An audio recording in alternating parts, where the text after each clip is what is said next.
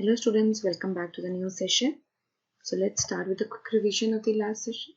In the last session I had told you 4 tools: diameter dimensioning, radius dimensioning, jog dimensioning and jog linear dimensioning. So basically in diameter and radius you can mark the diameter of a circle or an arc. Through the center point it will calculate. Through radius you can represent the radius of the particular circle or an arc. So for diameter it will use a symbol, in radius it will use R. Okay, and jog dimensioning is basically nothing but by default it represents the radius of the arc or a circle. If for example you have some space constraints and you just do not want to show the center point, you just want to show a part of it in your printout, so you can use jog dimensioning tool to represent the radius of that particular arc and just pinpoint any center point and represent your radius. The radius measurement would not change. Okay. In jog linear dimensioning tool is basically used for linear dimensions, that is lines. So whether for example you have a very big length or a width factor of your object, then when you dimension the particular object and your dimension line has to show that particular break, and you have shown the jog lines in your drawing, so you can add the jog. You can add a jog in your dimension line as well. So it is applied in two types of dimensioning. That is, one is linear dimensioning and aligned dimensioning. Okay.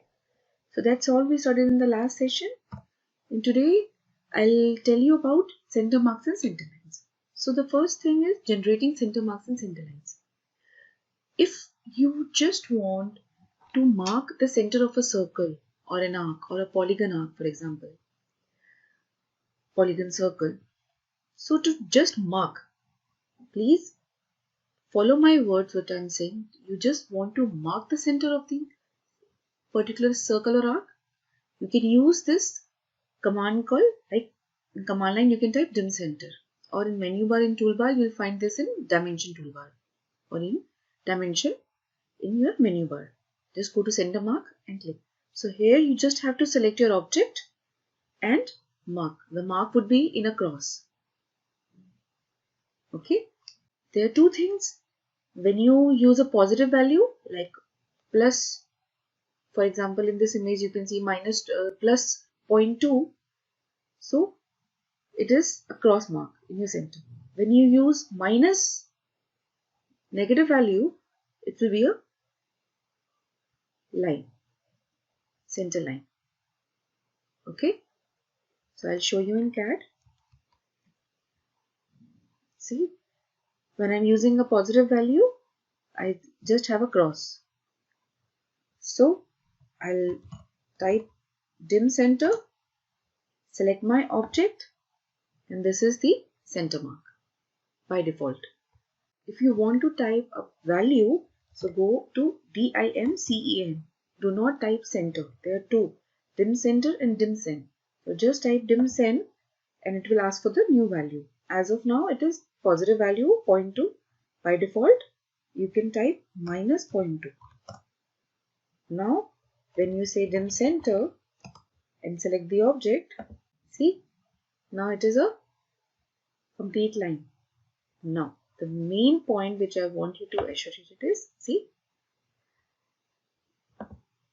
if positive value, a center mark, and negative value, a line. Now, the main thing which you need to understand is, these lines are just lines. See,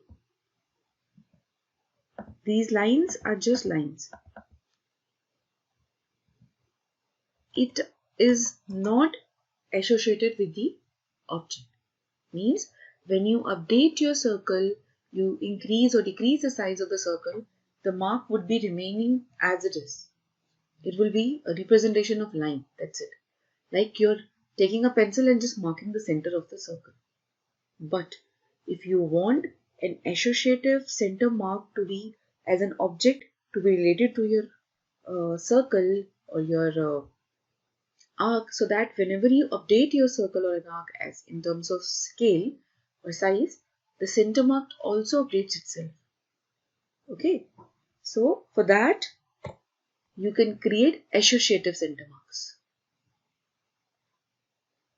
Alright, you can invoke this tool through ribbon and go to annotate, and there Centerline's panel is differently, not in dimension panel. There is a Centerline panel wherein you have center mark, or in command line you can type center mark completely. Okay, with this tool you can create associative center marks. So whenever you update, it will automatically update itself.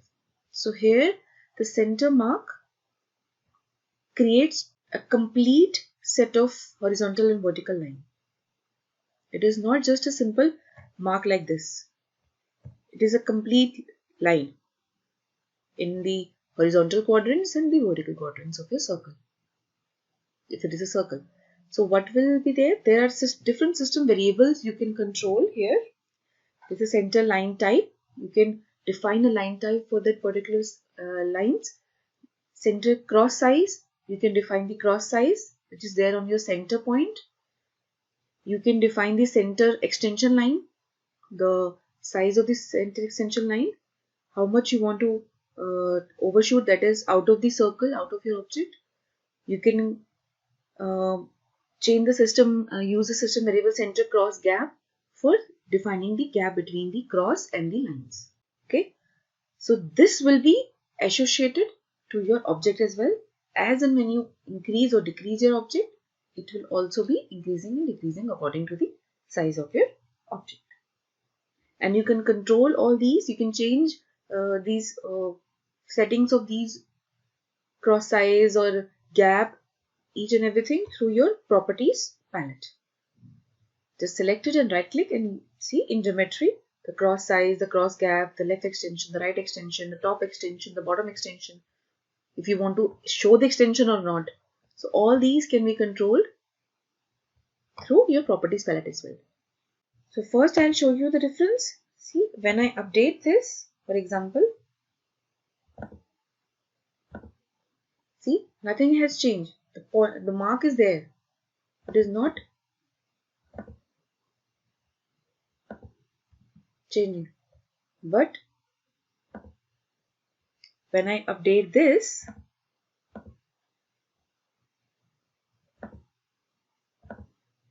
see, the mark has also updated itself.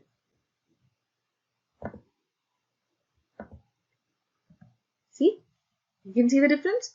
It is reducing and increasing according to the size of my circle. Okay, so that is what is the difference between associative center mark and just a pencil mark. Okay, so when you select this, you can go to properties palette and change the properties of the center mark. It is already associative, yes. So you can change the line weight, the line type scale, you can change the cross size, cross gap, the extensions, each and everything can be controlled, or you can type center cross size like center cross. See, all the different variables, center cross gap, center cross size, center associate, center exe, center layer, center line. So you can control all these. And where is it located? In annotate tab, there is a center line panel here along with the dimension panel. So there are two things, center marks and center line. I'll come to center line. First, just understand the center mark. Okay, so it has two parts, the center mark cross and the center line. Okay, I hope it is clear, not too difficult to understand. Great. Now coming to creating associative center lines. So same way, go to ribbon in annotate. In center line panel, you'll find center line. I had shown you already. In command line, you can type center line. So what does this center line tool do? It is not for circles. It is basically to create center lines between two parallel lines or two non-parallel lines. So it actually creates a center line between two lines, taking the midpoint of the start and end points of the selected two lines. When you select these two lines, it will take the midpoint for both of them and create a center line along with the lines. So it will take the start and end point and accordingly it will mark. Okay. Same way, it creates center line between two parallel lines as well, two non-parallel lines as well. Okay. So for non-two parallel lines, it will take the intersection point, imaginary intersection point, and the endpoints of the two selected lines, and it will create a center line. Like for example, I have two lines here.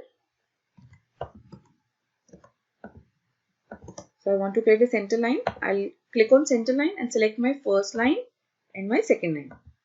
See, automatically it has taken the midpoint and created a center line. Now if for example, I have a non-parallel lines,